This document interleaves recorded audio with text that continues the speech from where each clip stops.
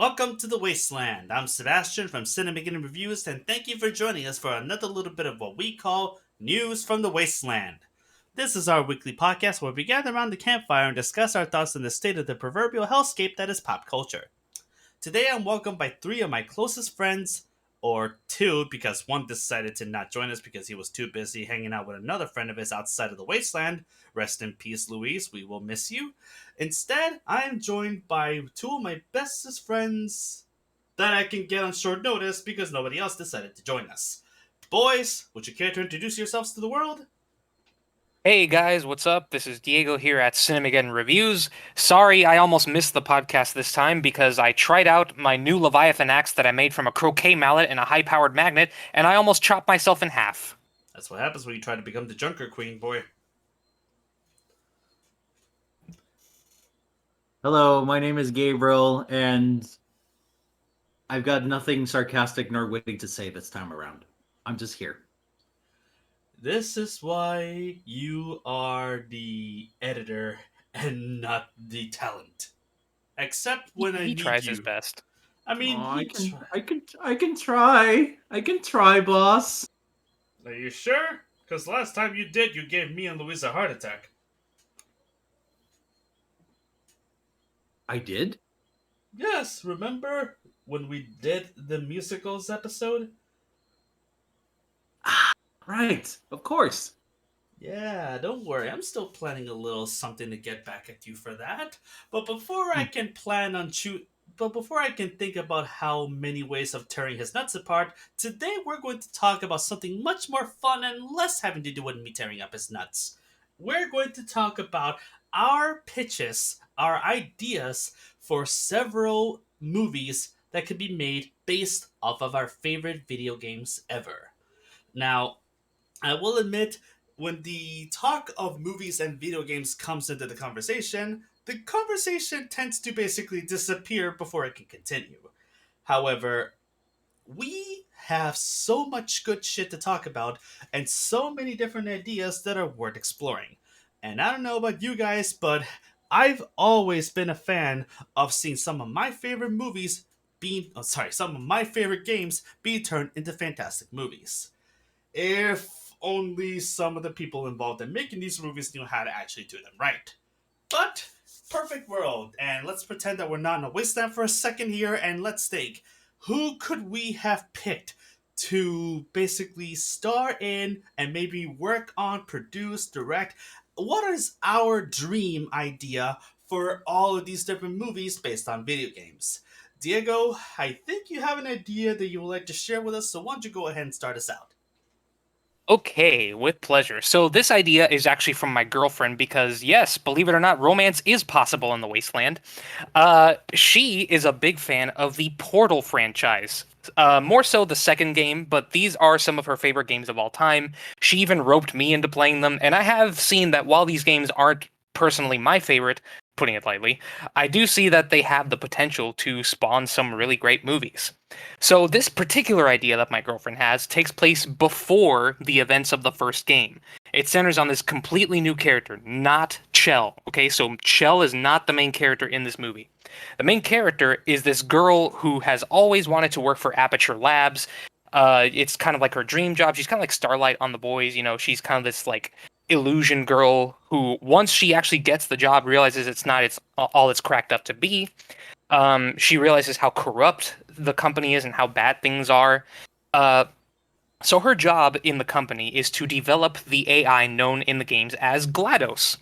However, as a side project, she is asked to help run tests on an experimental portal gun by another character from Portal lore that fans may recognize. That is the schizophrenic scientist known as Doug Ratman. And my girlfriend pitched the idea of Ratman being played by Daniel Radcliffe because he was recently in the Weird Al movie, which my girlfriend loved, and he's also just been playing a lot of weird characters in recent years. So there's that. Over the course of the story, she and Ratman discover that the CEO of Aperture, Cave Johnson, who, like in the games, my girlfriend wants to be played by J.K. Simmons, is dying because of some dangerous experiments that are being conducted at the labs. Cave orders the main girl to activate the still unfinished GLaDOS program, and when GLaDOS goes on a murderous rampage, no surprise there, She gets shut down, but that's not where the story ends. Later on in the story, after it seems like things go back to normal, it turns out that Cave Johnson has not given up yet on the GLaDOS project after all, and is planning to actually unveil the still very flawed project into the public, which is obviously a very dangerous idea, and it's up to this girl and Ratman to stop Cave Johnson and GLaDOS. Holy shit. So, what Okay. do you guys think?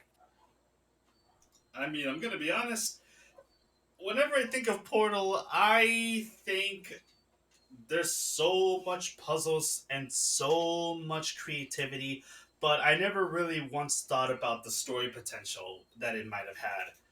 This is kind of like hearing all of that. Like, I kind of see the big picture there because I know about these characters. I know about Ratman. Like, he's been an elusive character in not just the Portal series, but also one of the biggest Easter eggs in video games as a whole for years. Like, you see talk about him all the time. I believe he even had a certain comic made about him that was officially endorsed and released by Valve.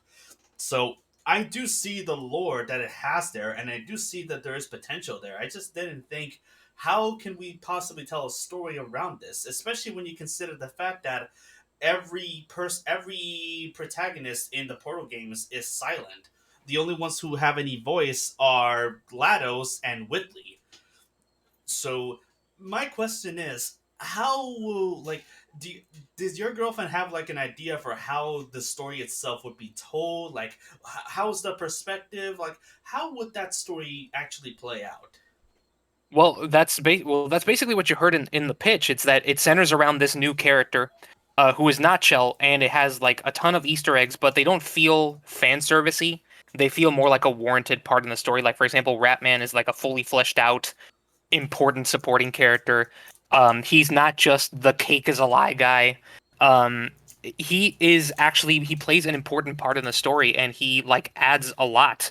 My girlfriend also pitched the idea, which I left out of the pitch because I wanted to like sort of redact it to give other people time. Where there's like a romance that forms between Ratman and this girl. And she doesn't really have anybody in mind, so you can cast whoever you want in your mind. It could be Haley Steinfeld, it could be Jessica Henwick, or anybody really. But the idea is that the tone would be essentially like just like the Portal games, where it's sort of this like mystery. You start to get into it. You know, it's a little whimsical, but at the same time, you discover that you feel like there's something being kept from you. Like there's something very dark going on in this behind the scenes. And honestly, I think, personally speaking, as someone who has played both Portal games, even though I personally don't like them. Sorry, sweetie, I love you. Um, that she that she really did a good job in capturing just like the spirit of the Portal game. She incorporated like the Portal gun and like all the tests that people always have to run, and also incorporated GLaDOS in a way that matters. Like she's not necessarily the main antagonist, but she is like an obstacle that the main characters have to face. And I think that honestly, this is really good. Honestly, two things. One, we are very sorry that you're not going to be able to join us for the next episode because your girlfriend will murder you. And two, I do completely see what she means because I get it. I totally see the potential there. I mean, shit. Portal 2 has a musical made about it. Oh I did yeah, hear about that. Yeah, she told me about and that. like it's, believe it or not, it's actually not that bad. It's not that good either, but it's not that bad. And I'm honestly thinking about torturing Luis with it next time we do another Nerds Don't Sing episode. But Oh boy. yes, because it's like, imagine the silliest kind of low budget, unauthorized stuff that you can think of. It is a treat to sit through. But an actual officially licensed live action Portal movie centering around the new protagonist, I see that working. And I also like the idea of being able to incorporate all of the pre-existing lore that it already has, cuz Portal 2, rather the Portal franchise as a whole, has so much lore and so much backstory that it's basically begging to have a bigger story made about it, like a life, like having just this big picture made about it. Just seems like it's the perfect way to continue. especially Right. considering that Portal has a goddamn class being taught about it in colleges now. Oh wow. Yeah, I mean, I heard that it even ties into the Half-Life games. That's how like big the lore is. Yes, like if you really want to be technical, a lot of the Valve games have some sort of connection with each other. Like, but it's kind of hard for one to really look at that connection. But if you really read between the lines, you will see Easter eggs here and there that basically confirms that while not technically, they do have similarities that basically make them exist within the same plane of existence. It's just a shame we're never going to get to see a third entry in either Portal or Half Life, Valve! Yeah, that sucks. And no, I'm not counting Half Life Alex because Half Life Alex is a VR game, and do I look like I can afford a goddamn VR set? Can any of us really? Exactly. We're living in a shitty wasteland, and even here we still can't find this shit. It doesn't work, and we can't even afford it. Because do you have any idea how many bottle caps is gonna cost? A lot. Yep. Holy shit. But your girlfriend had some really good ideas there. And if she hasn't seen it, I highly recommend the both of you check out the musical because not only is it available online for free because the internet still exists in the wasteland for some reason, but it's also unbelievably hilarious. It's cheesy and it's ridiculous and it's exactly what Portal needs. It's all the silliness and cheesiness of Portal with a couple of musical numbers attached to it. I am sure that she will staple my eyes open and force me to watch it. Oh, I'm sure. And if she doesn't, then I will just to see you suffer through it. I am a sick man. Gabe, what you've been quiet here. What do you think about his girlfriend's idea? Honestly, honestly, I'm very impressed with how thorough this is. I'll admit, I'm not very familiar with. I'm familiar with the games, but I'm not all that familiar with the lore. But I know enough to know that J.K. Simmons needs to be in this movie if it ever happens. He was Um, actually really funny. yeah, he was. He was really funny. Perfect casting. He really channeled that J. Jonah Jameson energy there. Honestly, I think of J.K. Simmons, and while I also think of J. Jonah Jameson, I also have to think of Fletcher from Whiplash. Just imagining him yelling from the top of his lungs all these nasty curses and all this anger, just all this volatile sort of behavior. Like I can just imagine for a second, like, pretend for a second, instead of GLaDOS' voice coming out of GLaDOS, can you imagine having that voice basically shit talking you everywhere you go throughout the game? They Chill. Get me there's pictures of the cube. there should be a mod for that. There should be a legit, honest to god mod for that. It's like, imagine all of a sudden a chair falls on top of you and, like, now why do you assume I threw that chair at you? Oh man. What? Whiplash. It's like imagine if he were GLaDOS. Like imagine him saying all the potato lines, but in a J. Jonah kind of way. Oh my Oh, god. did I also forget to mention that I'm a fudging potato? Jesus. Oh my god, I can't. I can't. I'm trying to imagine it, and the idea is I can't take it. Like I'm taking it seriously, but I'm also finding the idea too ridiculous and too hilarious. You know, if they actually have to allow the F word in a sounds like a PG-13 movie, it would have to be for that one line. I mean, if they're gonna use their one F bomb per PG-13 counter, that's got to be where they use it. Mm. I just imagine like Um, no. Are you but gonna yeah, go? I do like to pitch. I guess you know what? Let's say that you're pitching it to me, and let's say that I'm familiar enough with the game. How would you go about, let's say, staying true to the spirit of the game? And I'm going to use the Professor Layton movie as an example. It's basically an original story, but it adapts the mystery problem solving mechanics of the game into the movie, giving enough time for the audience to like solve the mystery themselves. Well, So, how would you apply the portal mechanics into the movie itself? Well, I would imagine. I again, this is my girlfriend's idea. It's not mine, but I would imagine that it would really play into the action scenes. So specifically, Doug Ratman. She mentions in her pitch that Doug Ratman hides the portal gun when things get out of hand and when things start getting ugly. So I imagine there's a point where it comes back and it becomes like a key element for both of our heroes to use in order to stop Cave Johnson from releasing GLaDOS. There's also like an end game, like there's a third act that she has in mind where GLaDOS is put into stasis. Um, and sorry, hold on, I'm reading it as she sent it to me. There's like computer mainframes that they have to shut down, and I imagine that GLaDOS is going very haywire at this point, and things have gotten like very out of hand, much like in the third act of the first Portal game, where you have to use the various mechanics that you've learned, and I think it plays into that. Okay. Space. You okay, Seb? Yes. Just I was wondering if anybody heard what I was saying. We did not. You sounded far away. Space. Oh, okay. I see now. Hey, you call yourselves fans. Well, not you, because you said you don't like the games, but Jesus.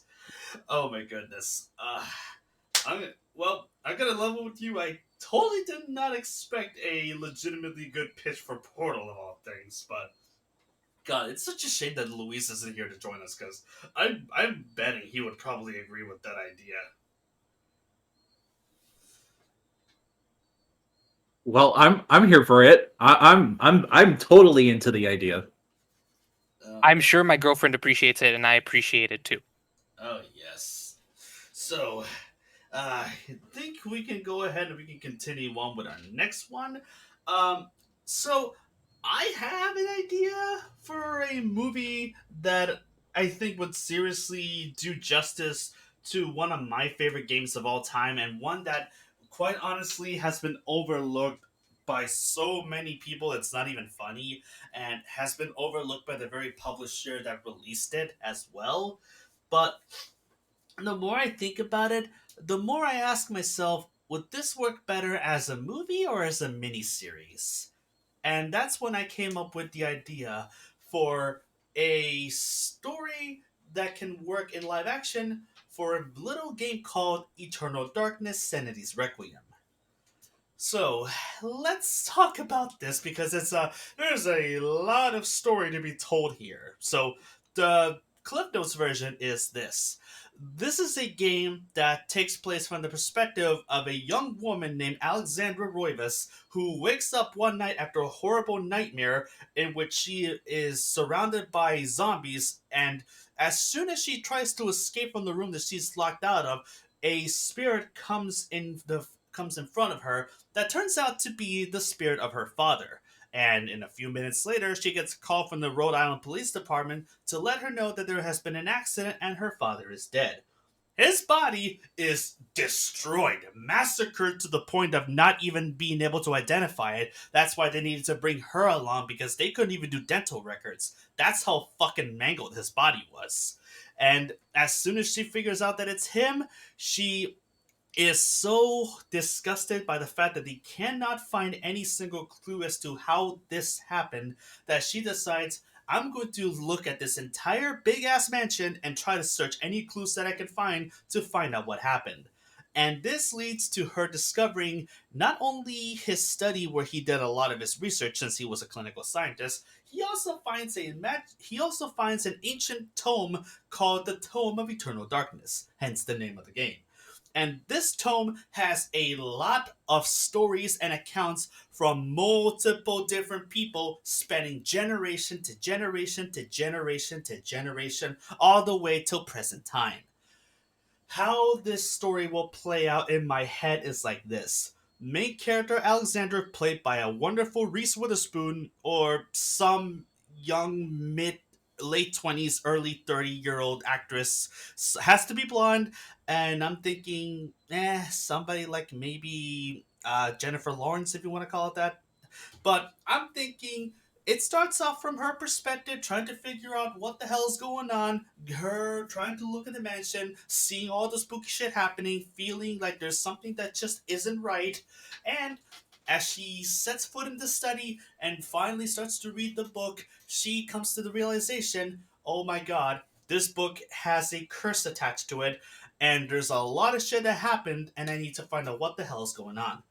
The very first chapter that she reads off of this book tells of a medieval soldier named Pius who got shifted away onto a completely different universe by the unknown entity that is the by this completely unknown entity that basically seduces him into going and finding for him. As he does, we get to see from his perspective all the scary supernatural shit that's happening around him. And as he finally gets to the end of this temple that he was transported into, he has to make a choice between three ancient runes. It doesn't matter which one he chooses, each one will curse him the same. And as soon as he does, he is transformed into this disgusting and scary skeletal like figure with an armor that used to be white, now black as night. Him basically becoming possessed by this ancient evil that has now fused with him, and he now plots a generational plan to try to take over the world and leave the whole everything enveloped in darkness. And that's where the story begins. Like, that's where that first story will end, but that's where our story officially begins, where he basically says, face me and you too shall perish. And every story from here on in begins with a completely new chapter that our main character finds within the mansion. She finds little chapters that as soon as she finds, she touches them and she examines them, and they turn out to be a completely new chapter from the book. And each of these chapters is a completely new level that progresses the story even further. How I envision it is like this. If a movie is not enough to tell it, which in my honest opinion just wouldn't do it justice, if it's going to be in the form of a miniseries, I'm thinking at least 9 episodes, each an hour apiece. Because an hour apiece will be enough to tell all the necessary story for each and every one of these different chapters. Because every single one of them has enough story to fulfill its own runtime.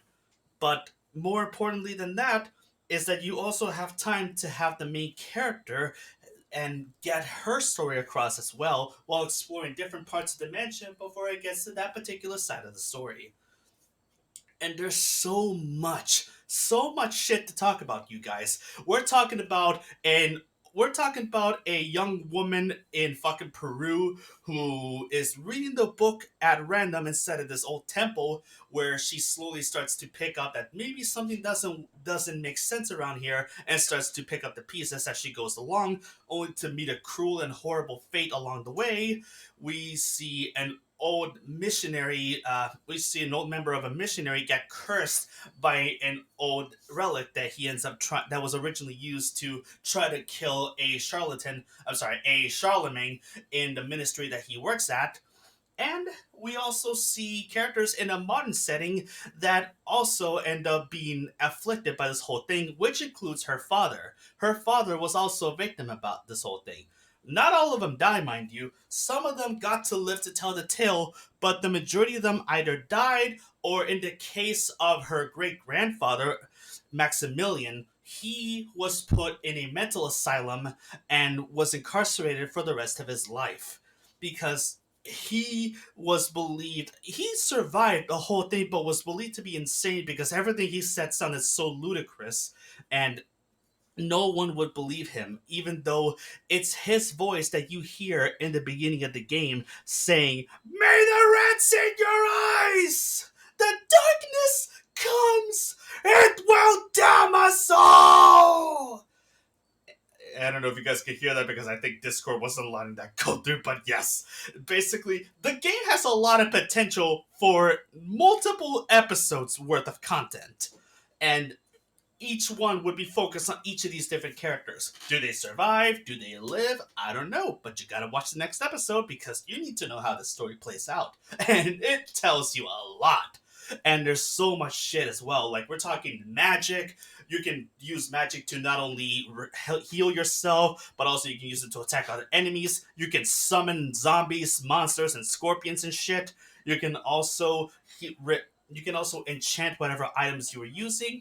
But the big selling point that I want to incorporate, which was a huge thing in the game, is that the main character, as well as the player himself or herself or their self, is going crazy. How, you may ask? Simple. The sanity meter.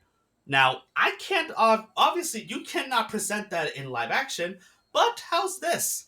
What if, no matter how the story progresses, the character in question is always very slowly but very carefully going crazy, and we as the audience are seeing all the little inconsistencies happening around us? In the game, certain things will happen that will make the player go crazy. Like, for example, your character will start clipping through the game and start glitching, or he'll go into a room and be surrounded by multiple different zombies and you're not able to escape or fight your way through. Or in some cases, your head will explode and you're basically a corpse walking around with no head. Or in the scariest one that many people still have trouble remember or still trying to recover from, your game suddenly pausing for no reason and deleting your memory card while you sit there unable to stop it. All before your character snaps back into reality and says to themselves that this is not really happening. Imagine that happening on television, where you as the player, or rather you as the viewer, are watching this shit play out, and all of a sudden the characters are in the middle of doing something, and the camera either pans away or doesn't focus, or suddenly the main character looks at the camera and it zooms in, and you're just sitting there wondering, is something happening? But I want to fuck with the viewers. I want the viewers to feel uncomfortable, confused, and scared. I want that experience that the game gave me to happen to every single person watching the show. Whoa. Yeah, like I said, I've been thinking about this since I was in high school. So Wow. I had a lot of ideas. So I'll let you to what do you guys think? Well, you go first, Soul Despair. Me? Why don't you go first, Diego? Okay, so probably my favorite part of that was probably the unreliable narrator aspect that you're incorporating. Um, I actually that was like one of my favorite parts of the Joker movie, and really it's something that I wish movies would play with more is the unreliable narrator aspect where the person is knowingly going insane, and we know that it's happening, but it's like you're not sure what's real and what's not. And just knowing that that's what Eternal Darkness incorporates into the game and what could potentially be incorporated into a movie or a TV series is something that would actually hook me and would get me invested in this. I have never heard of Eternal Darkness until now, but honestly, I like this idea. I mean, think of it. Like, we're talking, and it doesn't always have to be scary shit either. Like, we're talking about a character opening a door, and maybe, like, if it's a Netflix show, they're opening a door and they're suddenly in the upside down, and we're talking because it's by Netflix, or if it's by HBO, they open one door and suddenly they're being attacked by dragons in House of the Dragon or Game of Thrones or whatever other crap. Or hell, hey, here's a better idea. They open the door, and instead of it being in their world, they're suddenly in the world of The Last of Us. And all of a sudden, oh crap, there's a bunch of clickers that they got their attention, and now they're dead. Only before, oh, and to make it even better, we get as soon as they see the clickers and they get their hands on them, we get that slow little bit where they're about to rip their freaking jaws open, only for them to snap back into reality quickly before you can actually see the gore happen, and they look at themselves and think that none of this is happening. That, my friend, is all the shit that this potential miniseries can give us. Wow, I'm hooked. I gotta say, I'm hooked. Exactly.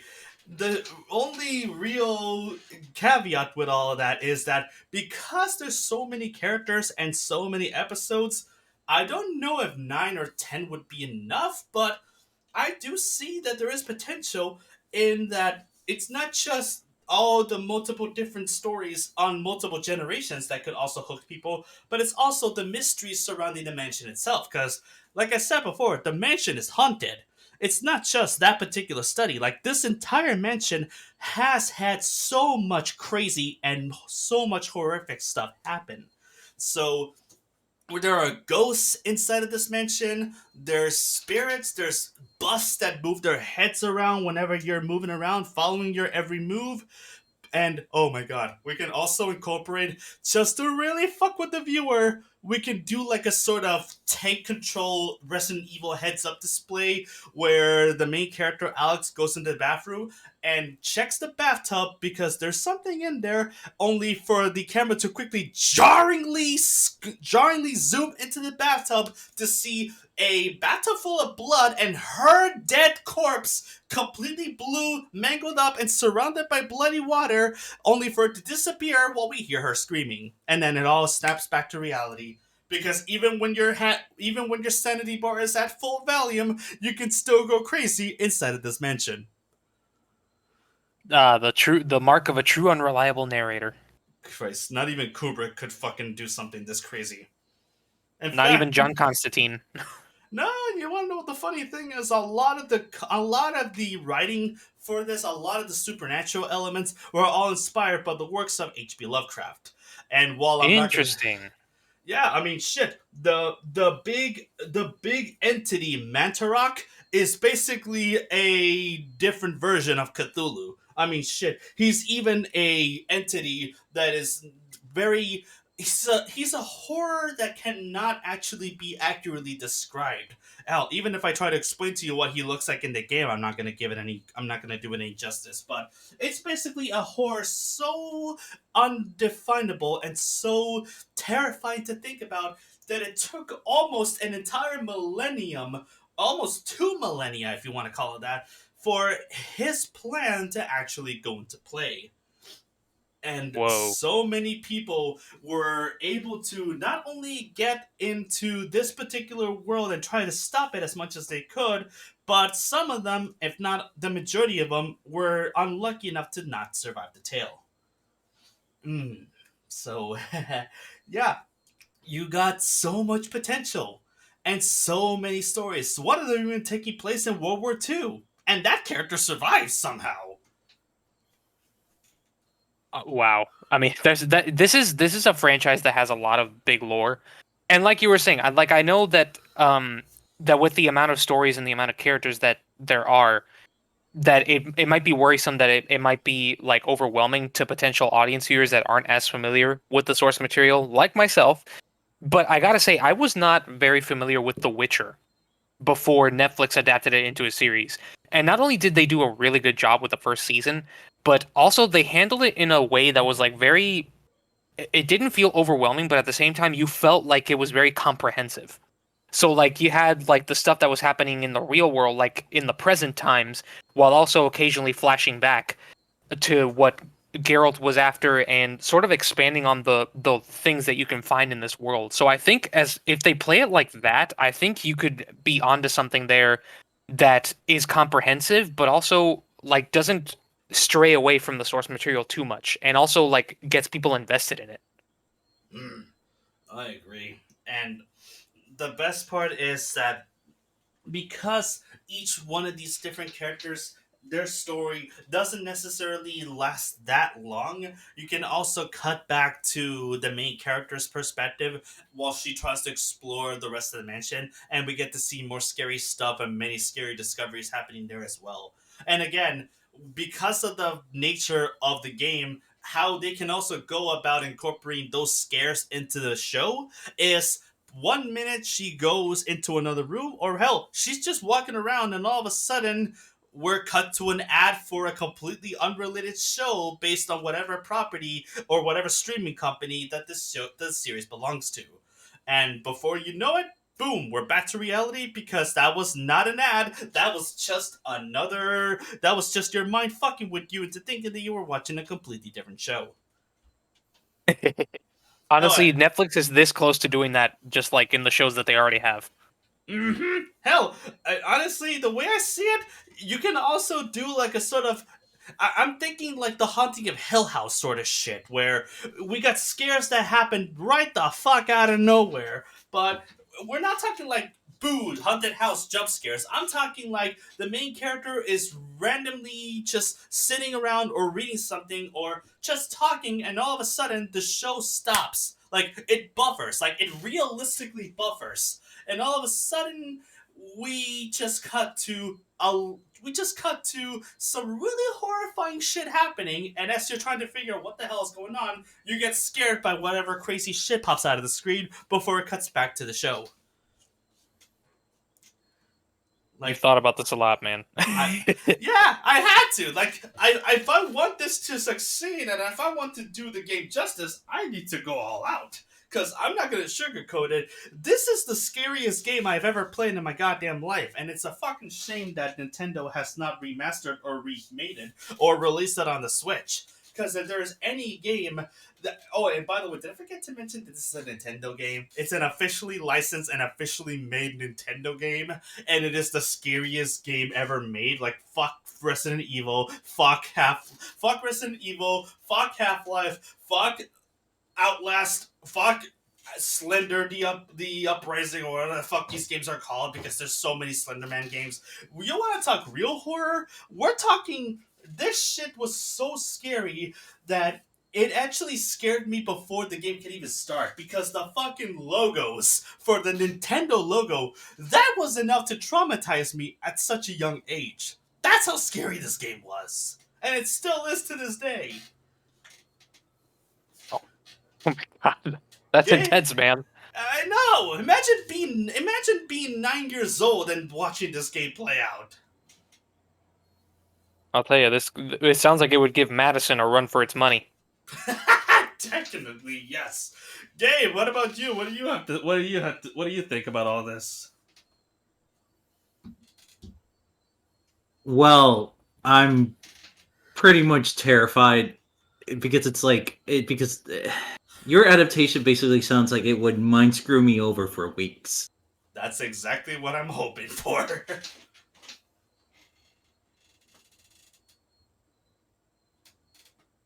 Gabe? I don't know what else to say.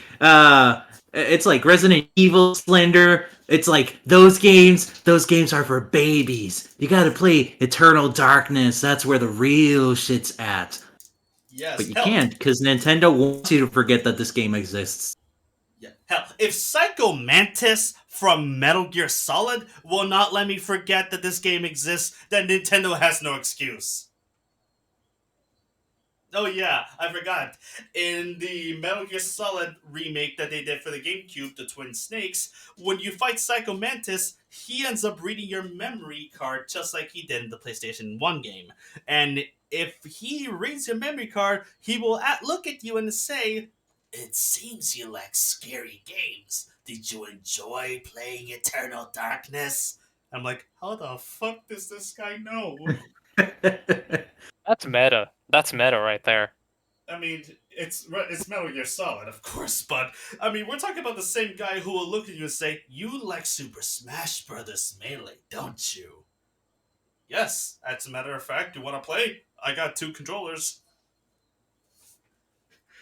You know, it would actually it would be pretty cool. Like if they were to like remake the first Metal Gear game, it's like they do the same thing again. Like they look at every single game that you have in your SSD storage, and he would just read it out loud. No, imagine this. Do you remember the mind screw the mind fuckery that the first Arkham game, Arkham Asylum, did when it Oh, made you like think that the game actually crashed? oh God, I hated that so much. Yes, I remember that. Like imagine if imagine if they did that, but it's like I already had this idea. Like if they were to do like Eternal Darkness, you mentioned something about buffering. Like imagine if Yes, they actually did the buffering that you would see in streaming services, and then they were kind of uh, like breaking the fourth wall by having a character walk in front of them, like you know like when in JoJo's Bizarre Adventure, Dio uses the world to stop time. yes. kind of like that, in which all the characters are like standing still, but there's the one character who's just like unaffected by this. Hmm. That's honestly that sounds really good, but I'm also thinking like it buffers and I'm thinking like all of a sudden it'll cut to like an emergency broadcast signal. Like it kind of does the thing, like and before you know it, it just shuts off all of a sudden and you're left wondering what the hell is going on. And before you know it, boom, we go back to the show.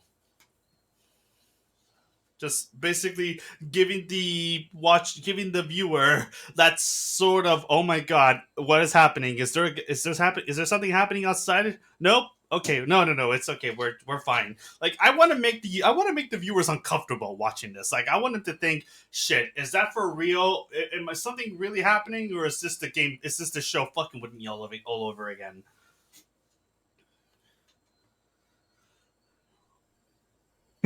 Yeah. No, it's very important to make fun and screw around with your audience every once in a while. It's a shame most movies don't do that. At least none that are clever enough to try to make it work. But with Eternal Darkness, it is one that is integral for the experience. Like, because if your main character is going crazy, you're going crazy along with them because you're the one taking control of them. But because you're watching a show, that immersiveness, that immersion is removed. So, for a game like Eternal Darkness, that immersion can still stay in the form of your sanity. So, if the main characters in the show are going crazy, then you can go crazy alongside with them in various different ways that not even the main characters themselves could possibly relate to. Hell, what a very good idea as well would be that instead of like the show is continuing on as normal and all of a sudden it cuts to an error message saying this account saying the IP has been the IP for this the IP for this Wi-Fi network has been the episode cannot be viewed because the IP has been banned and for this network. Yes, I I want to love it. go that far. I love it. I love it. Oh my god, I can talk about this for hours, just on the various different ways to screw with the audience. But if I do, this episode will take longer than it should. So, Gabe, why don't you go ahead and continue with this? Well, Seb, since we're talking about a game by Nintendo, I thought it would be appropriate if I followed up with another Nintendo game. Another one that Nintendo or should I say the Pokemon Company also wants to forget that it exists. Oh my god, which one? Two words: Pokemon Coliseum. Nintendo Ugh. exclusive to the Nintendo, has never left a console, not even its sequel, XD Gale of Darkness. And how do I know that this game is unloved by both Nintendo and the Pokemon Company? Because in the lead up to the teaser trailer, in the lead up to the Diamond and Pearl remake, in which it basically like showed like the history of Pokemon, like the anime, the trading cards. They showed off every game that they could, from the main games to the remakes to the spin-offs. But one game was notably absent from that lineup when Oh, they showed off the GameCube games, and that was Pokemon Coliseum and XD Gale of Darkness. Those oh, two games were nowhere to be found, not even in the Japanese version of said teaser.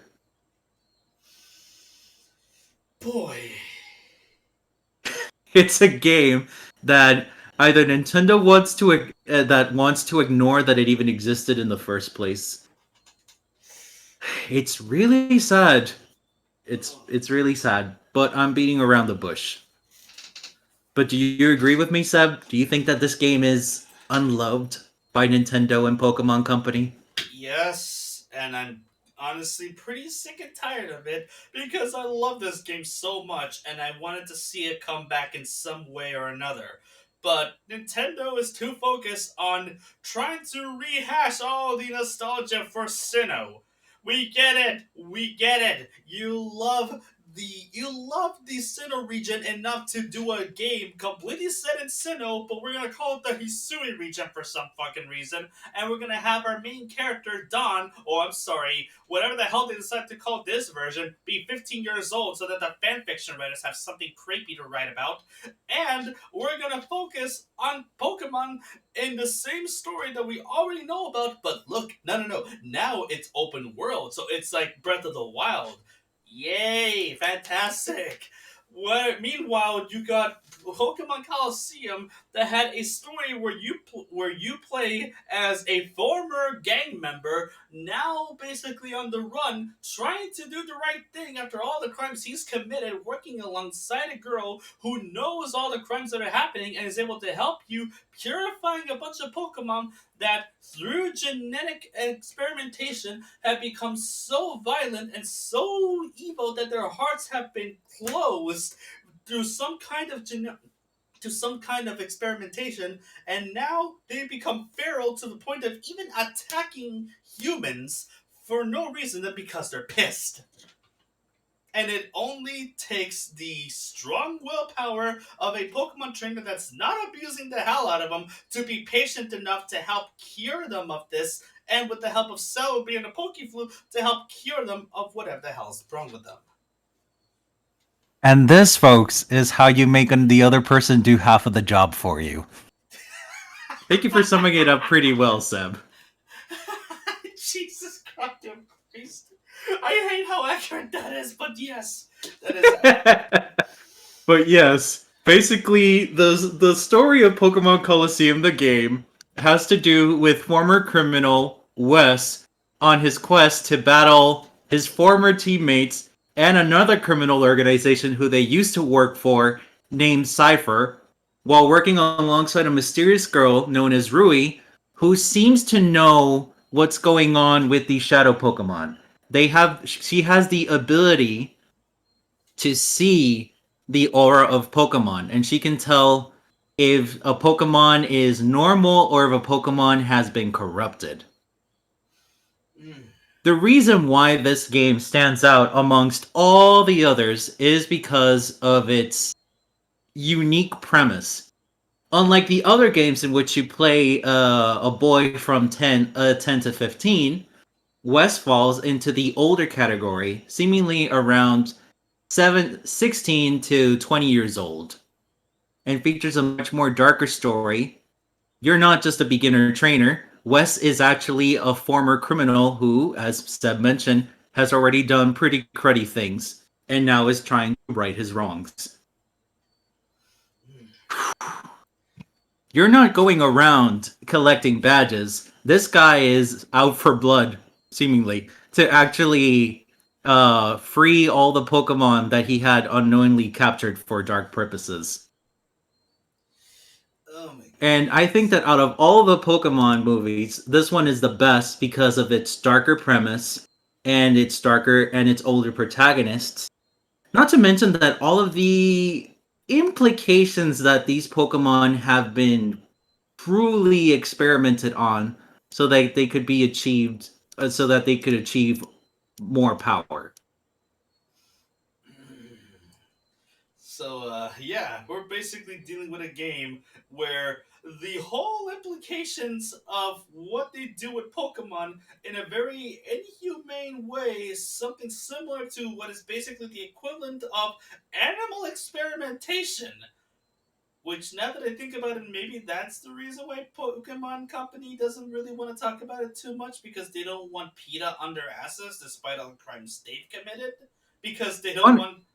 I mean, if you really think about it, PETA is basically Team Snag'em and Cypher, because they're basically the same kind of criminals that they claim that they're trying to save Pokemon, or at least they claim that they're trying to do the right thing, but they're actually assholes who are trying to not only hurt other Pokemon and also trying to cash in along the way.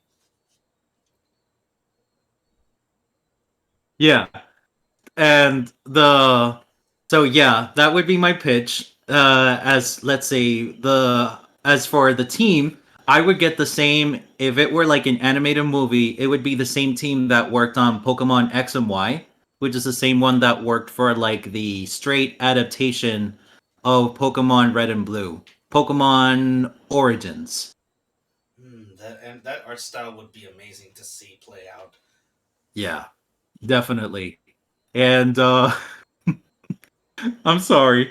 The only thing I would change, the story itself would be pretty straight, but because it's a JRPG, it would basically start with Wes blowing up his own hideout, his former hideout, and saving Rui from his former teammates, capturing shadow Pokemon along the way until he comes across one of the his former boss, and Wes, the main character Wes, falls into a trap which results in Rui getting kidnapped, leading up to the final confrontation with the leader of with his former boss and the real de facto big bad of the game, Talking, Evis. we're talking You know, like the dude with the long hair who totally looks like the bad guy, but we're just gonna pretend that this scary looking motherfucker is just a normal everyday citizen. yes, it's very. I know that it's very hard to believe with his outlandish outfit, but we can't just assume that everybody's a bad guy based on their appearance. That'd be bad. I mean, sure, that wouldn't be bad, though. One kind of has to look at themselves and think, "Oh wait, no, that's clearly the bad guy." It's like watching a card game anime, and all of a sudden you look at all these normal people, but then you look at the one asshole with the outlandish haircut, and you think, "Okay, I wonder who the protagonist is." So yeah, besides a couple of deviations, it would basically be just a straight adaptation of the story of Pokemon Colosseum with all of the snagging mechanics. That's what's called. You're basically snagging away the other Pokemon trainers. Well, Shadow Pokemon. Jesus. But I want to do something interesting. If this ever got a Hollywood adaptation, already got a couple of actors here for some of the characters. Gonsap, the former boss of our character Wes, would be played by Keanu Reeves. Oh my fucking god. Jesus. The scientist guy responsible for the Shadow Pokemon project, Evis, he would be played by Jake Gyllenhaal. Hmm. I. Oh my god, I'm trying to picture it in my head now. Who's gonna play Mirror B then? I haven't decided on that. I got a couple of options, but it's like they need to capture the essence of like Michael Jackson, and they have to go like yahoo and all that stuff. I honestly don't know, man. It would have to be somebody who's really good at dancing. I. Uh. Someone Yeah. who's good at dancing. I Oh would like to boy. chime in on this real quick. Okay, sure. Go I do ahead. have actually a suggestion for someone who can emulate the Michael Jackson vibe. Someone who was actually really good friends with Michael Jackson. His name is Chris Tucker. Chris Chris Tucker. Tucker. Wait, I Yes, from will write Chris that Rush down. Hour? from the Rush. Yes, from the Rush Hour movies. He was really good friends with Michael Jackson. Even appeared in a lot of his movies, in a lot of his music videos, I should say. And even when you watch the Rush Hour movies, you can definitely tell there's like an influence in his behavior. Like especially in the in the scene where he's first introduced, he dances a little bit like Michael Jackson. And I think if that's the vibe that you want to go for, and again, this is going from someone who hasn't played Pokemon Colosseum and has no idea what you're talking about, I can tell you that if that's the vibe you're going for, that's almost the perfect guy for it. It's just that it may not have been intentional, but it's like it's the only thing I can come up with because this guy looks like he came straight out of the 70s. disco is his vibe. It's what he lives, he breathed. It's like his whole vibe. Okay. All right. It'd be basically like dancing Michael Jackson, but constantly with no break. Oh man, that's gonna be exhausting for poor Chris Tucker. God. And Yeah, every time he yeah. leaves the room, he has to leave. He has to leave dancing around with music playing. That's great. Oh God. Let's see. As for the studio, it would either be like Oriental, the same studio that's currently working on Pokemon. If not, I guess it could be Studio Bones. Huh. They also work on My Hero Academia. Oh, I know who Studio Bones is. Though, if we're looking at this, I think that would also work better as a live action movie. And I'm also seeing it being handled by Paramount the same way they did the Sonic the Hedgehog movies, but with an actual writer this time, and not whatever the hell they did with the first movie. So I'm thinking like the same team behind Detective Pikachu could probably make this work, and maybe have somebody who can write a very good story where these two are basically working to try to take down an evil corporation that's hell bent on basically using Pokemon for experimentation and taking over the world in the process. Yeah, the thing that I really one of the important thing is to like establish like Pokemon imply that there's abuse, cruel experimentation, but in terms of the battles, like have them more or less be the same. No, have them being presented the same way they presented them in the underground battle ring in Detective Pikachu. Yes, and honestly, it works better because that's basically how the actual game itself plays out, where it's basically all one elongated set of different players to battle against, and each one has a very specific set of Pokemon, and you yourself can only handle as many Pokemon as you can catch because may I remind you, you cannot capture Pokemon traditionally in this game. You can only capture Pokemon as long as those Pokemon are Shadow Pokemon. Yep, and And and this happens through the use of the snagging machine, which you, allows anybody to steal Pokemon from another trainer. and you know what? Now that I think about it, they called the Snagger because he never fails to capture any Pokemon, which is kind of bullshit. Because if you play this game, you're still dependent on the stats for every Pokeball based on whatever Pokeball you're using. So if you're having brought a Pokemon down to their smallest little bit of HP, there's a chance that Pokemon will break out of its Pokeball. On Snagger my ass. This guy is Yeah, as bad no. at this guy's as bad at snagging Pokemon as I am at catching Pokemon in the Safari Zone.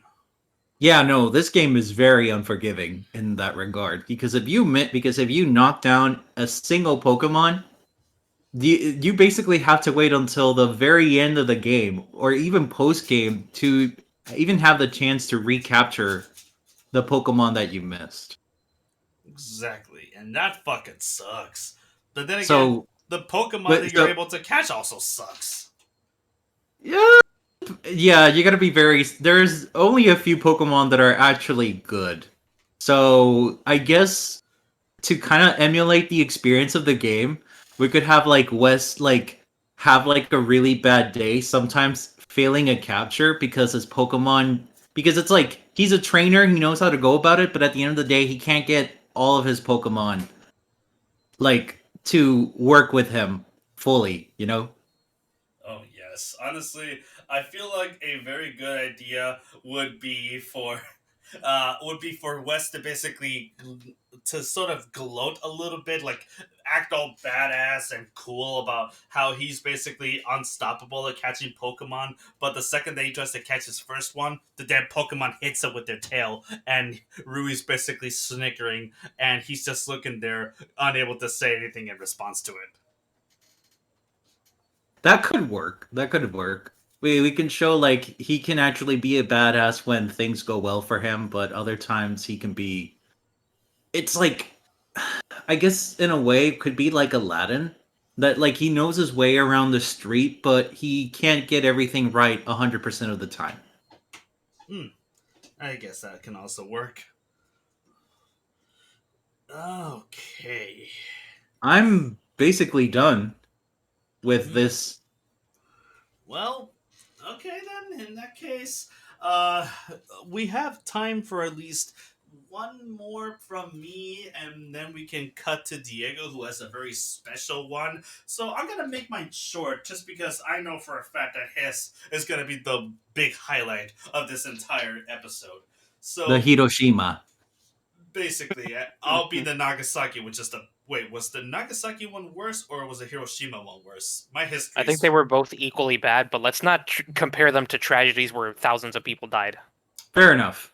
yes. I think this. Oh boy, that's gonna be awkward. That's gonna be awkward to edit out. But anyways, I am going to do the next to last one for this, and I'm going to be talking about one of my favorite games of all time from one of my favorite franchises of all time, The Legend of Zelda. More specifically, my pitch for how to start a Legend of Zelda cinematic universe. And how do we start? Okay. How on earth can you take a story as big and expansive as The Legend of Zelda and build an entire franchise on just one game? Well, in this case, you start with the one game that basically paved the way for all of the other games to continue forward. And in some cases, even backwards. You start with Ocarina of Time. It's not the first in the series, it's not the last in the series, it is the perfect middle ground from the beginning to the end where all of the different stories that played out from one timeline to the other can start. So, how am I thinking about doing this? Well, I'm thinking bold on this. I'm going to go full guns blazing with this one. I don't want to make a movie. I want to make two movies. And I want both of them to be released a few weeks apart from one another in the sort of style that Che Part One and Two did when those movies got released back in 2007 and 2008. Che Part One and Two were directed by Steven Soderbergh, and they were two. It was a two-parter movie telling the story of Che Guevara, played by Benicio del Toro, as it went from his life and experience leading the revolution, fighting alongside Fidel Castro, all the way to his ultimate death. And how I see this happening, because the way that those two movies were promoted, it was one that came before the other, and after they both were already released and one was still in theaters playing before the other, they ended up releasing both of them as a double feature in multiple different theaters on all different sets of the United States. How I plan on doing this, on the other hand, is very similar to how they did Che Part 1 and 2, with the first Legend of Zelda Ocarina of Time movie taking place during the Young Link period of Legend of Zelda Ocarina of Time. And I want Young Link to be played by an unknown actor, someone new, someone bright eyed, and best part, I want Link to be mute. I don't want him to have a single peep coming out of him that isn't just yes or has or screams. Like, I want him to be silent for as much as he is allowed to within the game, not a single bit of dialogue.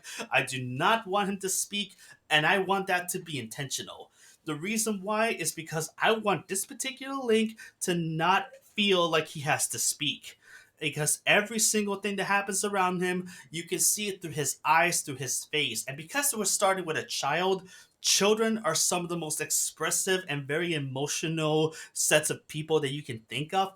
That emotion would be even stronger when it's a little boy having to fight off, let's say, a giant fucking spider inside of a talking tree, or an a crazy demon monster happening inside of a whale's stomach.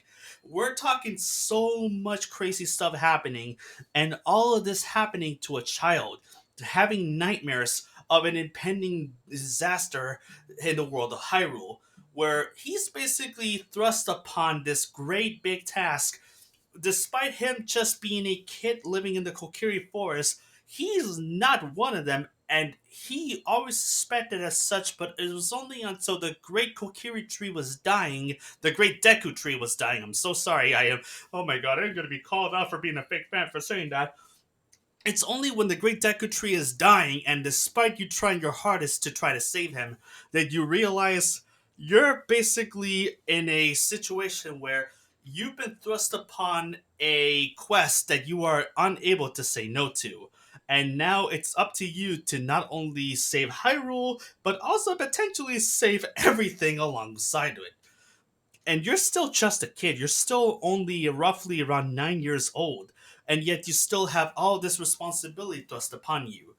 And you also basically have to leave your old world behind, having to meet Princess Zelda still at a young age, still trying to wonder how does any of this work, still needing to learn how to work with a sword, using a shield, and it all, like, what does that do to a person? How does that happen to a child? And I want to see that happen. I want to see that emotional complexity start to affect him. I want to see him actually react to all this facially. I want to see Ocarina of Time Link reacting like Skyward Sword Link. If you've played Skyward Sword, you know exactly what I'm talking about when I say that. We're talking a Link that is expressive, happy, emotional, sad, angry. And since we're still talking about young Link, that movie will end after Link takes the sword out of the pedestal and we cut to adult Link. And from there, the first movie ends, and you gotta wait until a couple of weeks to see part two, where adult Link, or Teen Link, as I'm gonna call him, is played by Thomas Brody Sangster. Yes, Ferb from Phineas and Ferb. And yes, he too is silent. None of them talk, and he's also going to be built up. He's going to be jacked. He can fight. He looks like somebody who's able to take care of themselves, but he's still broken and emotional because it's a 9-year-old in an adult body. So all of that trauma, all of that emotion is now going through his head as he now has to go back and forth from young Link to adult Link by using the Ocarina of Time to switch to different timelines. And as he's going through all this, also trying to rescue Princess Zelda, played in this movie by the lovely Anya Taylor Joy, because even in my fantasies, Anya Taylor Joy is a princess, and I will die on this hill until I see her in live action as a princess, and not just in a fucking Super Mario Brothers movie. As for who's going to be playing Ganondorf, you may ask. Well, I thought about a couple of different people for this. Pedro Pascal was one such suggestion, but I'm gonna go with a chapter from Screen Rant for this one, and I think Brian Lee from The Wolverine would be the perfect Ganondorf. And we're talking about Ganondorf, not Ganon, not Pigman with two swords Ganon. I'm talking about Ganondorf, the Deceiver, the sole male Gerudo that ended up taking over all of Hyrule after Link was sent back in time. That son of a bitch would be perfect for it, as well as somebody like, say, Nick Offerman as Darunia and Rosario Dawson as. God damn it, I'm gonna say her name wrong if I fuck this up. Nerbo. Am I saying her name right? Urbosa? Yes. Or Nervus. God damn it, no, I am fucking this up right now. Basically, we're talking about the leader of the Gerudo. I'm losing my mind right now with this because I have so many different people in mind for all these. Like the Great Fairy, for example. I have to agree. I think Lady Gaga would be perfect as the Great Fairies. Like we're talking like from the fairy fountains. That would be the best casting possible. And every single line of dialogue coming out of her is sung through instead of simply being spoken. And if perchance these films become successful, if they ever do a sequel or spin-off where they talk about I'm sorry, not Ocarina, where they talk about Majora's Mask, I have a good idea on who to play the Happy Mask salesman. Who is it, you may ask? Cameron goddamn Monaghan. That's right, Jerome or Joker or Cal Kestis. Nobody I know is that deranged or that crazy enough to play the Happy Mask salesman. And I'm not going to take any questions about that. All I can say is this. I also have one little idea for how these two movies will go with the way that they end. On one hand, the movie will end right after Ganondorf is defeated and Link is able to slay him, and Zelda uses the Ocarina of Time to bring Link back in time to when he was still a child, and the story ends. However, for a select theaters, let's say the movie opens for about 2,000 theaters nationwide. For 1,000 of those theaters, they will get the good ending. 1,000 other theaters, they will get the downfall ending, where Link is defeated by Ganon and Zelda has to take drastic measures using all of the different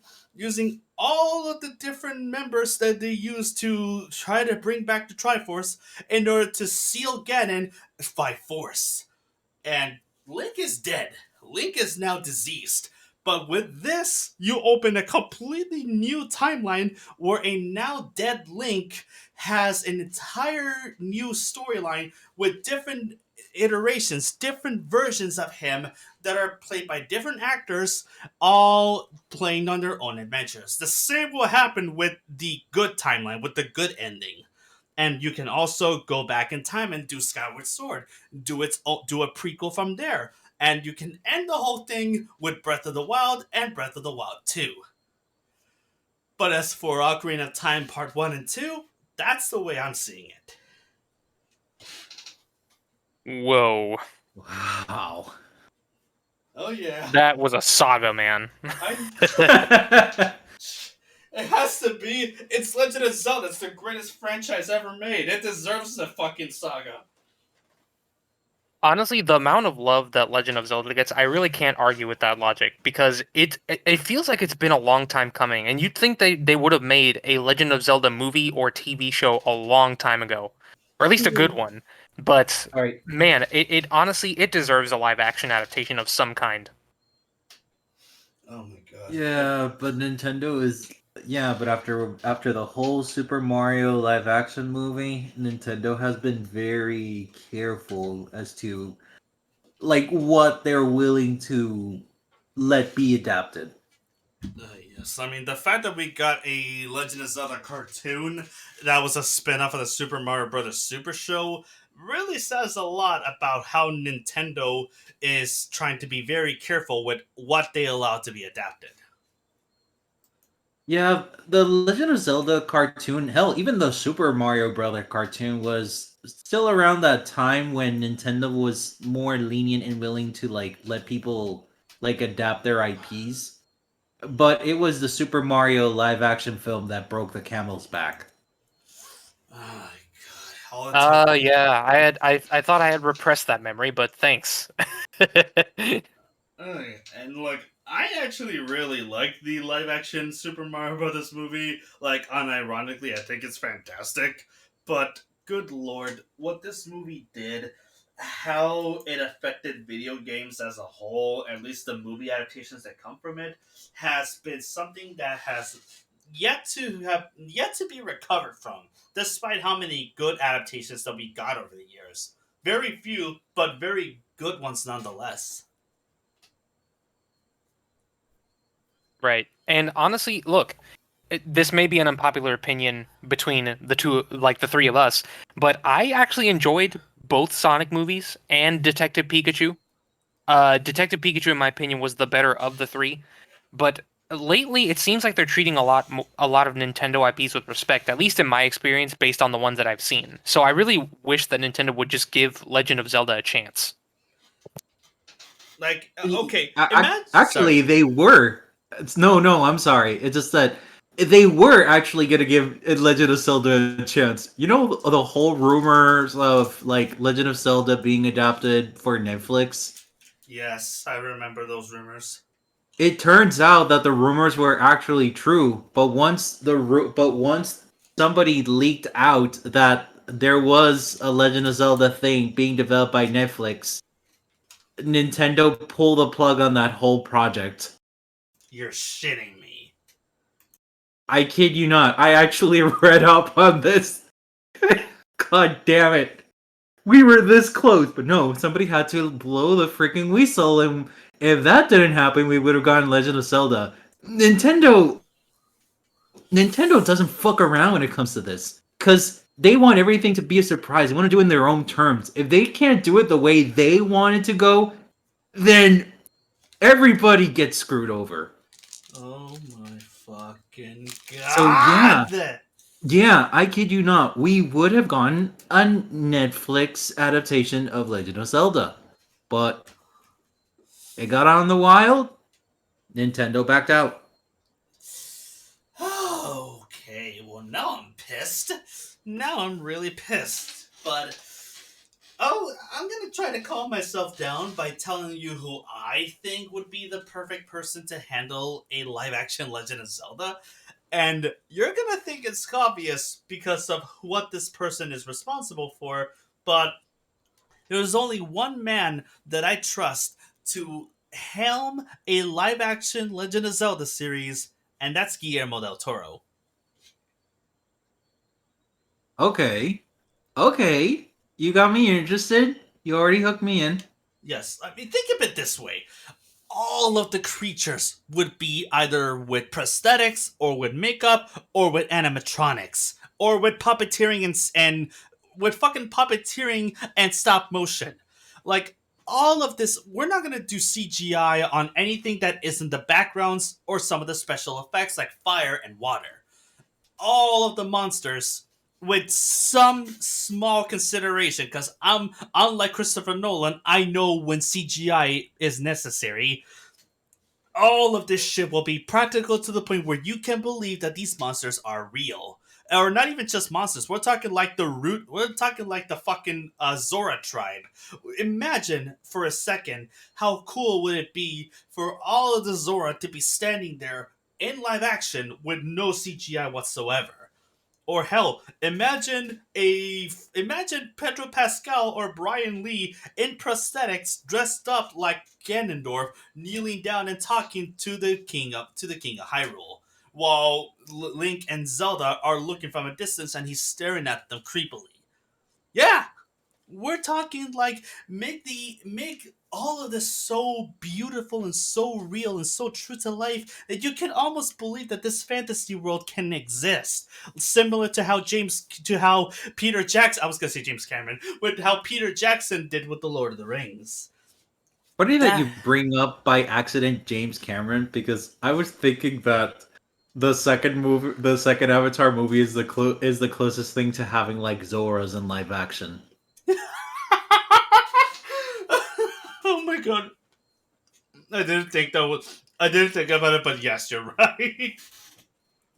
Honestly, James Cameron's Avatar is basically a live action Legend of Zelda, but done with a modern twist. There's just no Link. There's no Link. There's just Jake Sully. Okay, what about writers? Give me any writers that Guillermo del Toro has worked with, or would you suggest somebody else? Well, if we're talking writers, I want it to be somebody who understands how to create a mystery world, but you guys, I gotta admit, when it comes to writing for Legend of Zelda, I am very, very, very picky when it comes to that. So if it's not going to be Del Toro doing the writing, I want it to be somebody who is very familiar with fantasy and knows how to work with it, how to craft something out of it. And I'm thinking, in this case, I'm thinking about the guys who, sorry, I got muted there for a second. I'm thinking about the guys who work for Westworld, who used to write first stories for shows like Westworld. Because when I'm not the biggest fan of Westworld because I didn't get to see it all that much, but the fact that they were able to incorporate the Wild West setting with sci-fi and all of these different timelines just switching back and forth and mixing it up with each other, that's the kind of creativity that Legend of Zelda deserves. And honestly, I think that would work perfectly. If not them, then I'm honestly thinking about.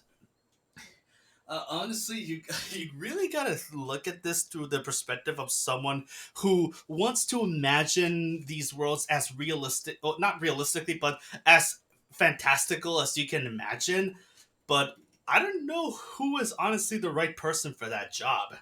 At least not unlike Guillermo del Toro, who can basically make magic happen. I mean, shit, this is the same guy who did El Laberinto de Pan or Pan's Labyrinth. So he's someone who can work with it, but as somebody who can write it, that's something you got me on because I'm legitimately curious as to who could pull that shit off. What about the team from Troll Hunters?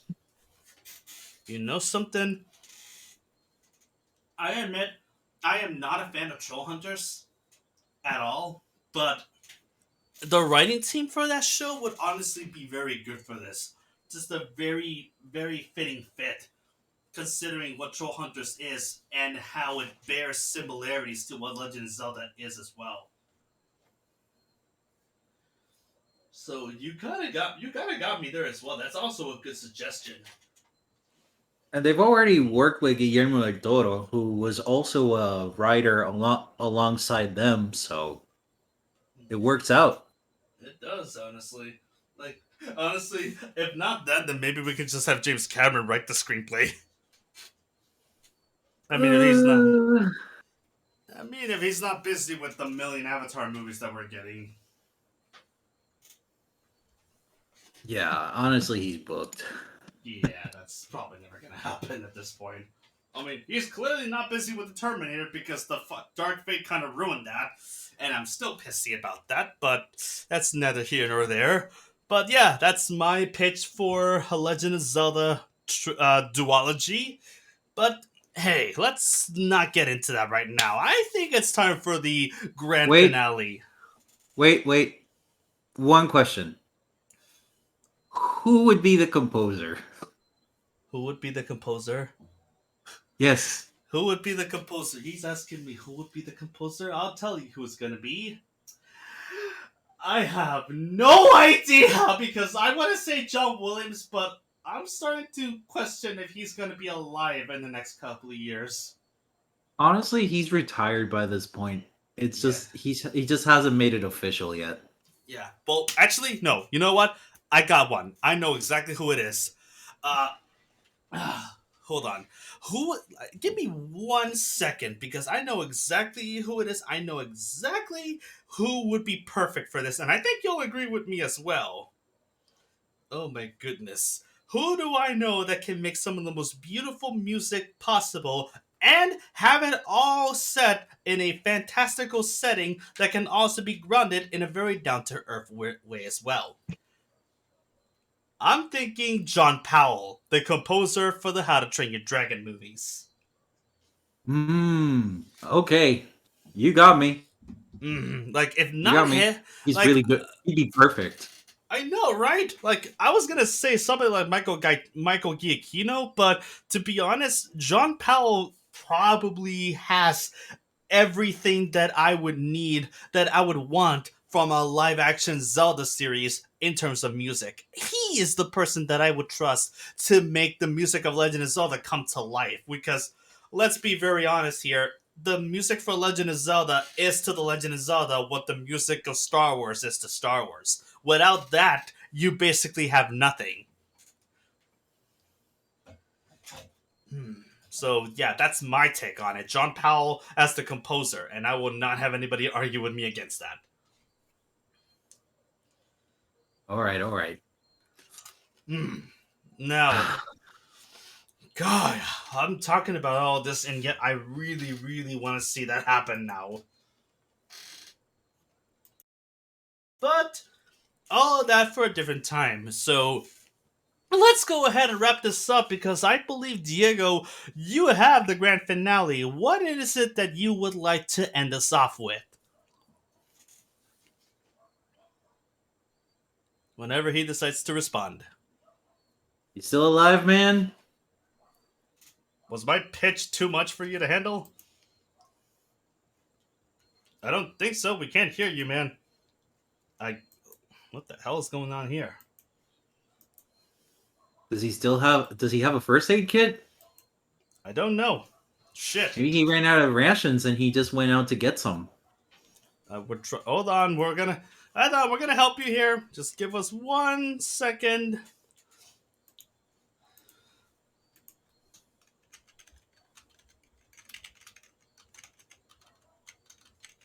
My God, this is what happens when we talk about Zelda.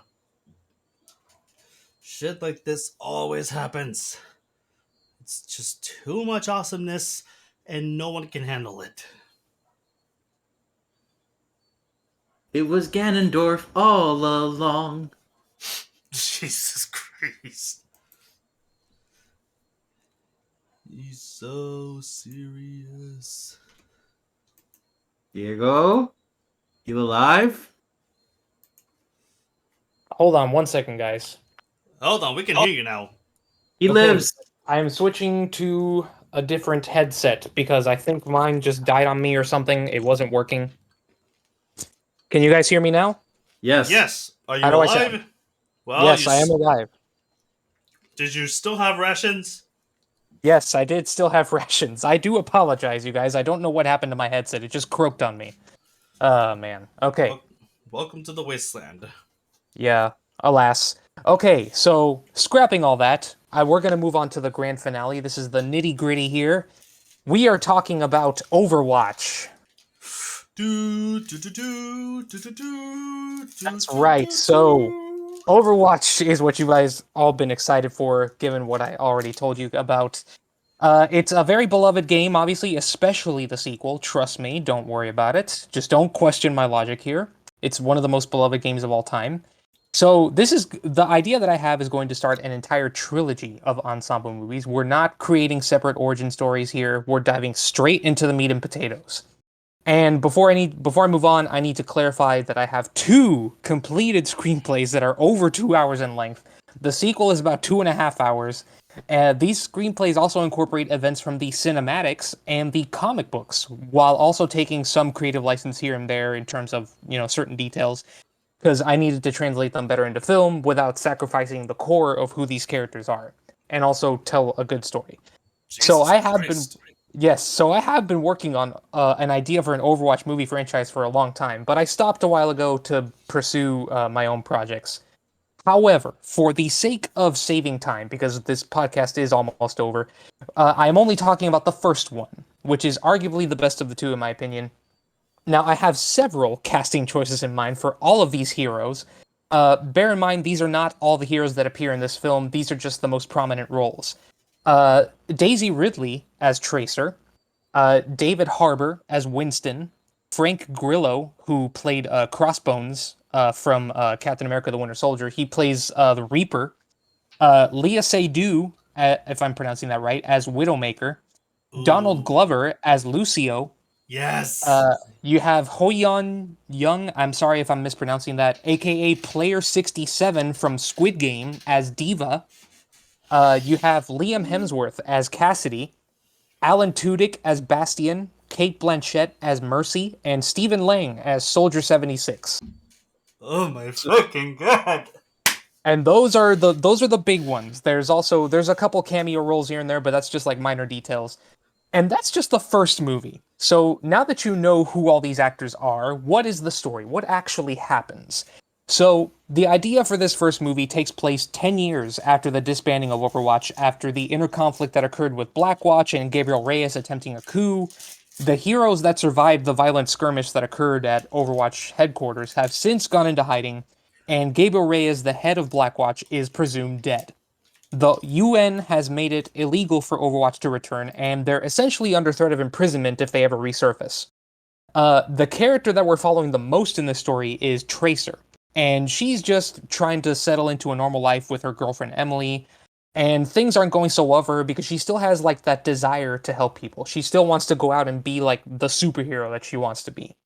When suddenly she receives a distress call recalling all Overwatch agents. Like remember in the recall cinematic with Winston fighting Reaper at Watchpoint Gibraltar? That's like basically the opening scene of this movie. Holy As it shit. turns out, Winston, who is hanging out at one of Overwatch's old bases to think about the good old days, has been attacked by a character unknown to Overwatch, who is a mysterious masked villain named Reaper, who appears to be the current leader of Talon, the terrorist organization. Reaper succeeds in stealing information that reveals the last known locations of all living Overwatch agents. And in the aftermath of the attack, Winston initiates the recall of all Overwatch agents as a warning, but Tracer is the only one who actually responds to it. She's the only one who shows up, and it's up to her and Winston to travel the globe, recruit more agents, and find out why Talon and Reaper are coming after them. And along the way, they visit places like Texas, Los Angeles, Gibraltar, Cairo, and many, many more. I'm going to skip over to the third act because this is like the candy. This is the big Avengers-esque finale where all the heroes are fighting all the bad guys. There's an escort the payload mission that I incorporated into this. Of course Where, there is. yes, because all of the Overwatch heroes I mentioned are going head to head against Reaper, Widowmaker, and a whole bunch of Talon soldiers at one of the secret Talon bases. It's this big Avengers-esque climax sequence where everybody gets to use their strengths. It's fan servicey, it's exciting, it's funny, it's action packed, and it's very, very satisfying. And the results lead into a potential sequel, which I have also fully developed into a screenplay, as I said before. But I also understand that since I've stopped working on these scripts to pursue my own original projects, that Overwatch universe has expanded. Certain things have changed. Obviously, McCree is not named McCree anymore. His name is Cassidy. Uh, and the source material was never 100% original to the source material, and it's even less now. But this is a project that I had a lot of fun doing, and if they ever did an Overwatch movie, it could actually be awesome if they did it right. But that's just my idea. What do you guys think about it? God, man.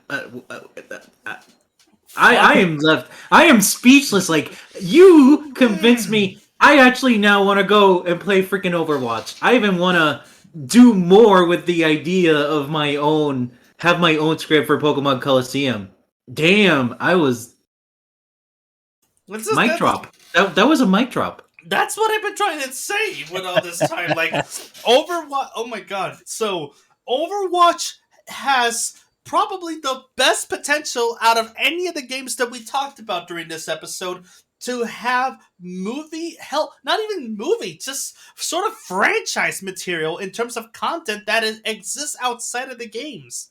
You have so much setup for as many movies as you want. You don't even have to focus on all of the characters. You can make an entire movie just on Cassidy and Ash and Bob. That's how much material you have with these characters, with all of this world, with all of this lore. And all of that, I'm loving all of this that you're coming up with, Diego. But what I love more specifically is how not only does it tie into the game, it also it sort of starts after it already began, like sort of like Ghostbusters. Like Overwatch has already been disbanded. We're starting off from when they are being recalled. Essentially, we're ending at around where the cinematic for what was basically the trailer for Overwatch 2. I'm gonna bite my tongue there because I'm still refusing to acknowledge that it's an actual sequel and not just the first game. I like that it basically ends there, like with a few creative liberties here and there, but it's basically incorporating all of the stuff that the game is known for, which is cooperative gameplay with multiple different heroes and villains fighting side by side, trying to finish an objective.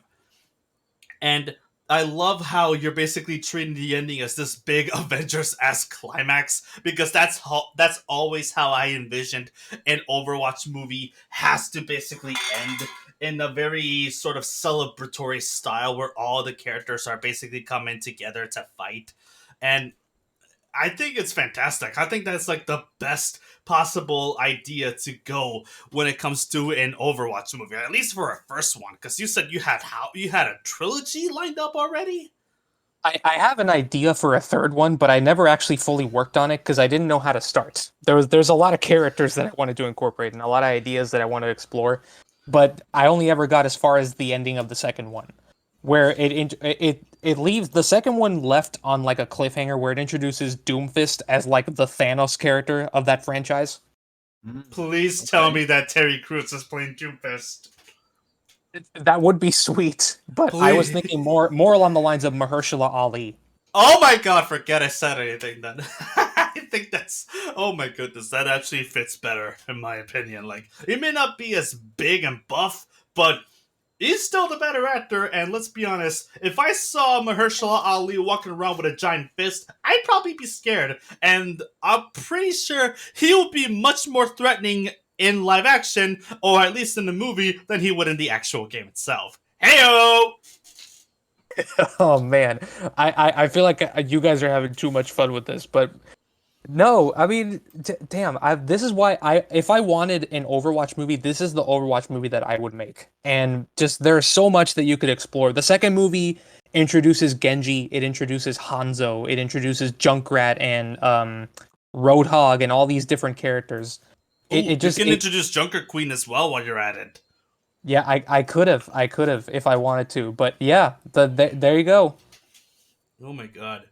Actually, now that I think about it, who would you cast to play the brother and brother duo of the Shimada brothers? Okay, so Hanzo is kind of an obvious choice. I would pick Hiroyuki Sanada. Yes. Like, I'm not even gonna Uh, argue with that.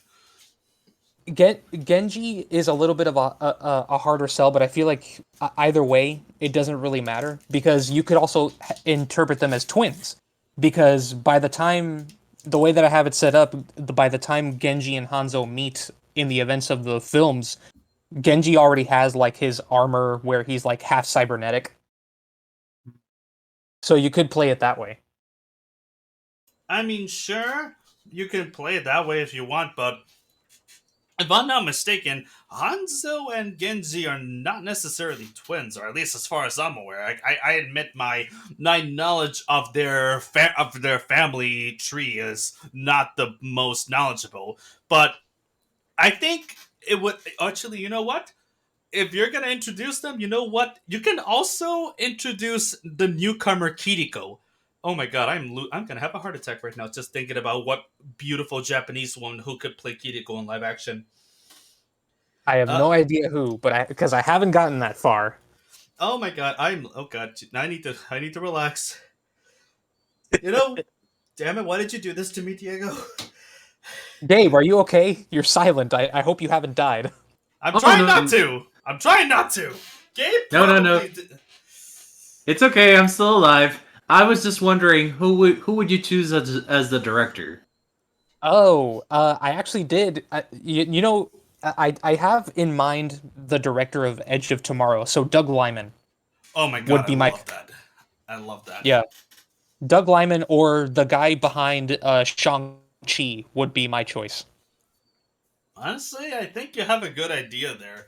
Like, I think you're gonna have to go with somebody who's very big when it comes to scale and also when it comes to action. Like for me, I would have personally have picked the director of Top Gun Maverick in something like this. At least that's how I would have done it. But maybe for like a spin-off, or at least maybe for like a story revolving around Farah and Anna, but that's Right. just the way, like, just that's what I'm trying to say is there's so many characters with multiple different stories that you can tell as many movies as you want out of, and I love this idea here. I think this is absolutely fantastic, and I love the casting too. Oh my god, Daisy Ridley as Tracer. I hope.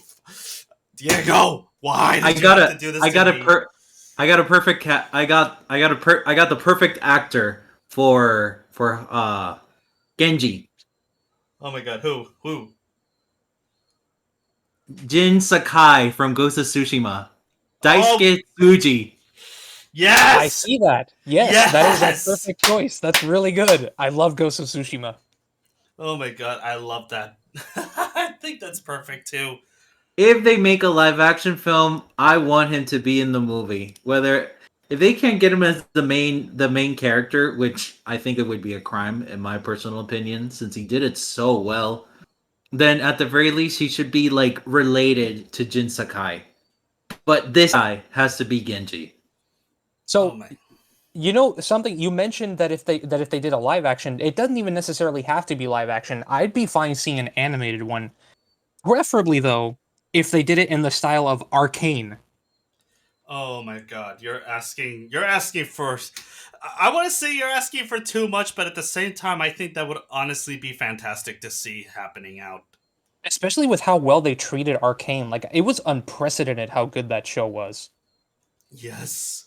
Oh, and actually, now that I think about it, I think I got the perfect choice for a live action Kiriko because my mind is now fixated on that. Thank you for that, Diego. All right, pitch it, pitch it. I'm thinking Emi Takai from the live action Rurouni Kenshin movies who played Kaoru. She would be perfect because she's young enough to play Kiriko, but still old enough to be a 20 something who can pass off as another 20 something. And plus, I'm pretty sure she can kick an ass or two. And I don't know if she can speak English, but I will die if I see Kaoru literally standing in front of a bunch of thugs and just saying, I'm gonna kick every one of you in the face. Oh my god. I need to shut up right now because I just know that Hex will be watching this and she is never gonna let me hear the end of this. She's gonna mock me forever. What about Flying Bark Studios? The ones who worked on Rise of the TMT. TMNT. Honestly, I see it. Dude, to be perfectly honest, I you know who would honestly make a very good animated version of Overwatch? The people that are currently doing the stupid cinematics that are much better than the actual game. That's true. Uh, Those cinematics do slap, though. I think that's Seriously. Blizzard, but I Oh, would have to check. I don't know I don't know if it's Blizzard because if that's Blizzard, that cannot be true because that would mean that this is something common out of Blizzard that is actually good and hasn't been stained by the disgusting fingernails of Bobby Kotick. But those cinematics, those shorts, they are Oscar level perfect. Like, forget about all of them. All I need to do is show you guys The Last Bastion as an example, and I'll tell you is this is art. Like, this isn't even a promotion for a video game. This is just straight up art that they created with that short. So much story, so much dialogue, a lot being told, and there's no dialogue whatsoever. It's just music and beeps and boops and bird chirps. That's all it Well, is. well, Blizzard does make their own cinematics. I remember one time when I was studying at Atlantic University, they had a whole week dedicated to like video games and animation, and they had somebody from Blizzard show like how they made the cinematics and the whole pipeline. Holy shit, really? That's interesting. Yeah, so Blizzard Entertainment does have their own cinematic team. And yet they're doing nothing. So, speaking of that, do you want to hear something that's really going to piss the both of you off? Go Oh, ahead. go ahead. I'm always down to get pissed off. So, I actually sent in a sample of my Overwatch screenplay to Blizzard, and they ghosted me. Oh, fuck. I sent them a really nice letter. It's like, hey, I'm a fan of your games. Do you think you guys could consider writing an Overwatch screenplay? Here's this sample to just get the ball rolling, I guess. You don't even have to use my idea. And I never heard back. Nothing ever happened. They just kept pumping out more stupid cinematics that left people wanting more, and then the game once again disappointed them. Because the game is nothing more than capture the flag or deathmatch or payloads and shit. It's like, where's the story mode that you promised with the second game, Blizzard? Oh, What's Blizzard. that? Oh, what's that? You're gonna give us PvE events? Okay, okay. I mean, that's not at all what you said it was gonna be, but okay. So where is it? Coming in 2023. Motherfucker! I feel kind of sad that at this point we can't really trust anything that Blizzard says Oh, about I don't trust anything that anything. Blizzard says. I stopped trusting Blizzard the second that they said that they were going to. I stopped trusting Blizzard way before they said that they did an internal investigation and confirmed that there's no sexual misconduct happening around their building. And it turns out that they were the ones who did the investigation. Yeah, of course they didn't see any misconduct. You yourself are trying to avoid any. Uh, yeah. Hard to love Blizzard. Hard to love Blizzard. Yeah. I It I really is a shame.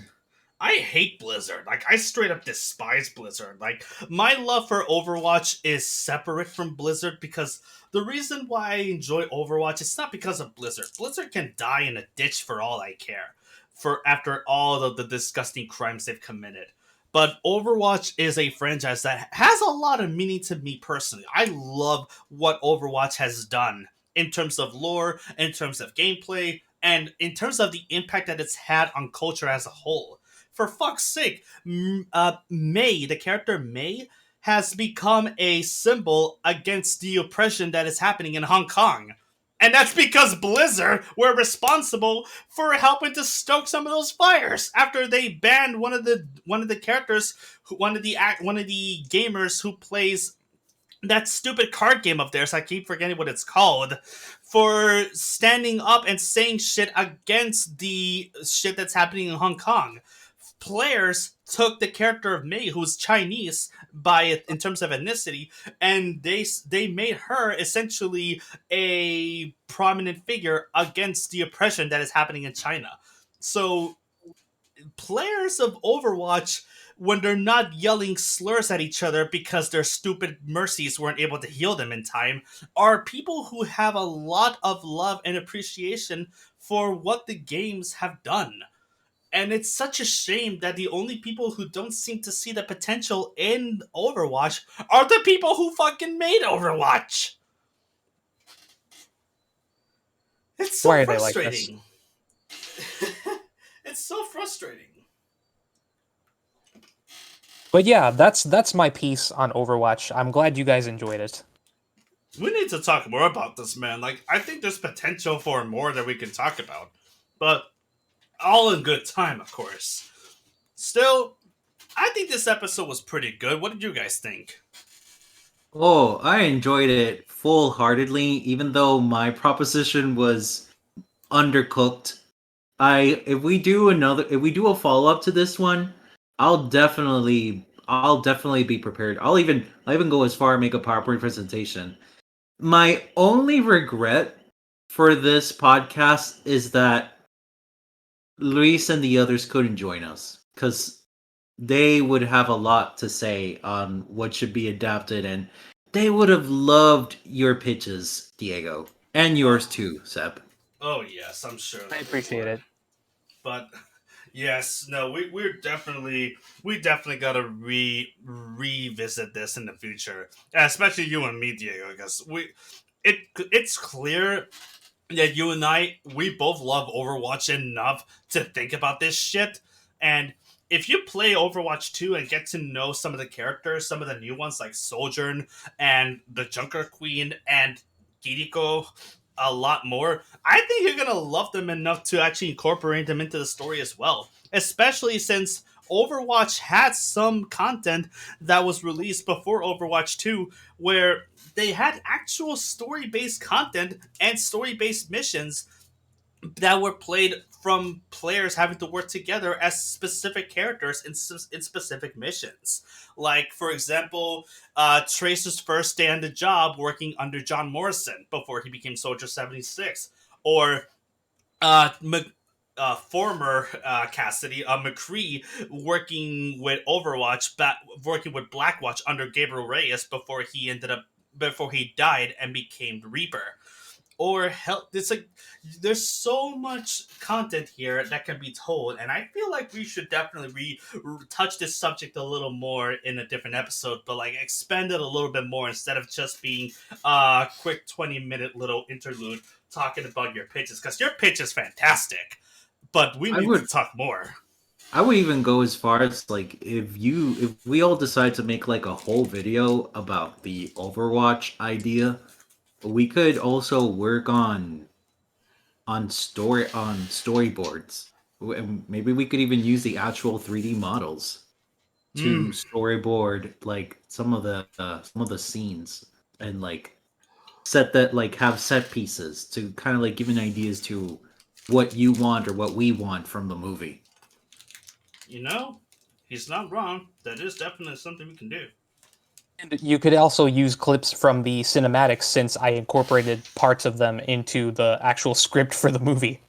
Like the movie begins on the recall cinematic and then it ends on the intro to the game, like the cinematic that you always see when you start the game. Yes, I totally see what you mean. So yeah, it's potential. It has potential. It does, honestly.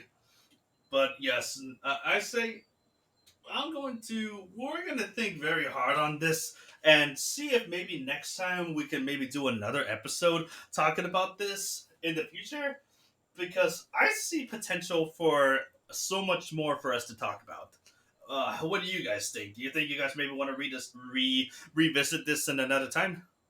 Yes, definitely. I had a lot of fun, so I agree as well.